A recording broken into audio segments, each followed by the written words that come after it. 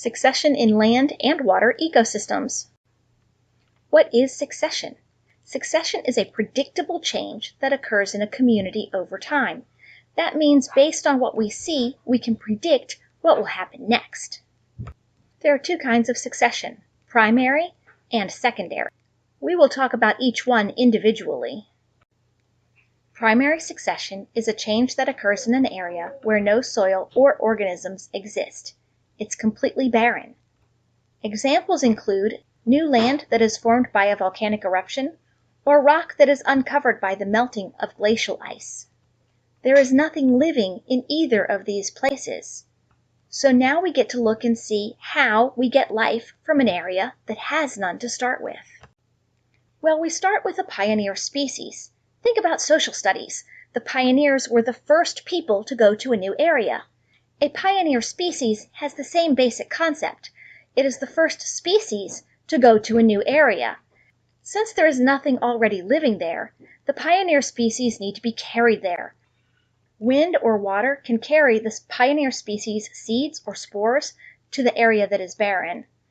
These pioneer species do not need soil in which to grow. Some examples are moss and lichen. Find this page in your packet. Take a look at the pictures and read each caption. Number the stage of primary succession to show the correct order of events. Put your numbers in the circles.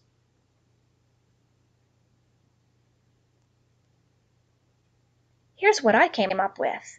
Number 1, volcanic eruption. Shortly after a volcanic eruption, there is no soil, only ash and rock. Number 2, pioneer species. The first species to grow are pioneer species, such as moss and lichen. Number 3, soil creation. As pioneer species grow and die, soil forms. Some plants grow in this new soil. And number 4, fertile soil and maturing plants. As more plants die, they decompose and make the soil more fertile. New plants grow and existing plants mature in the fertile soil. The next type of succession is secondary succession.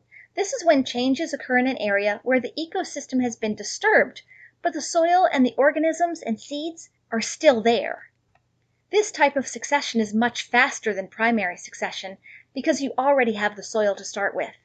Some examples include natural examples of fire, hurricanes, floods, and tornadoes, and human examples, farming, logging, and mining.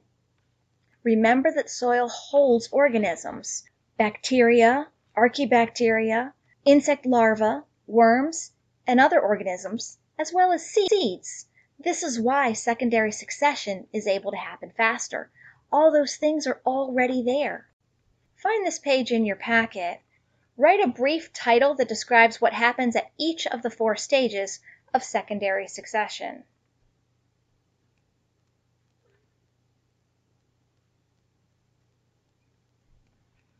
Here's what I came up with. The first one is herbaceous, which basically means grasses and wildflowers. The second one is shrubs. The third one is a young forest, which usually includes a lot of pine trees. And the fourth one is a mature forest, which includes hardwoods like oak, hickory, and maple. Now look at the chart. We need to fill in the differences between primary and secondary succession. You may go back and look in your notes if you need to.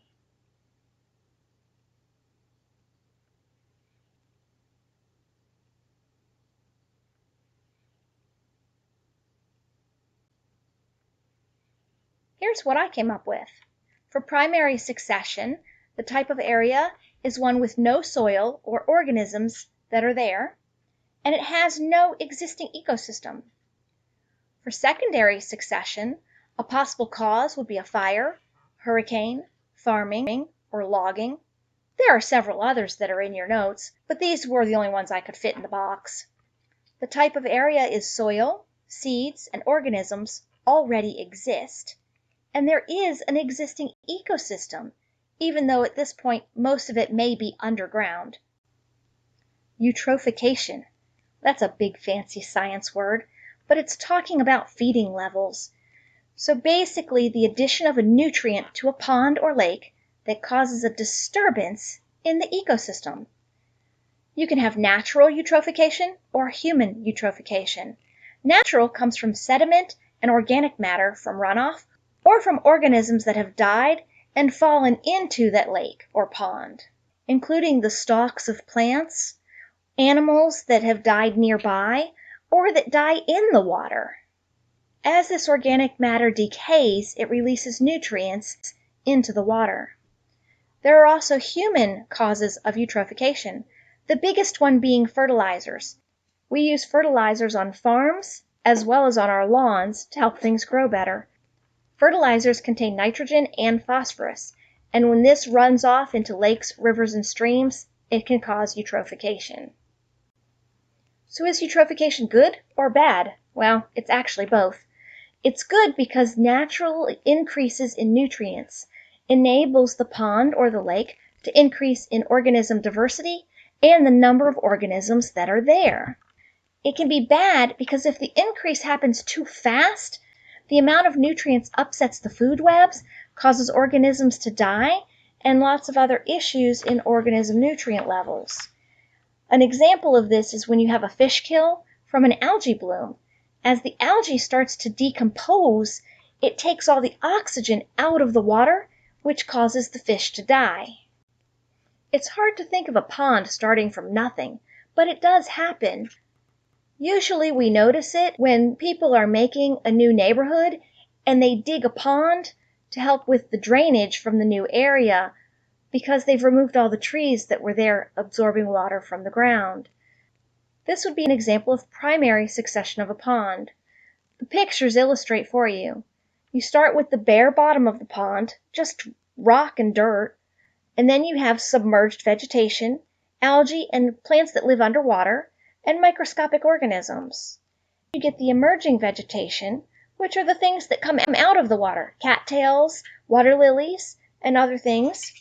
You also tend to get fish and amphibians growing in this water as well. A temporary pond and prairie is when you have a pond that doesn't have trees around it, and as the organisms that live in the pond die and fill in the pond gets smaller and smaller. Eventually the pond completely fills in and you end up with a forest. You can also have secondary succession of a pond. This happens when people dredge the bottom of the pond where it's got too much sediment in it, in that emerging vegetation or temporary pond and prairies area, trying to get some of the muck out of the bottom to make the pond deeper. That has disturbed the ecosystem. So starting there means you're starting with secondary succession.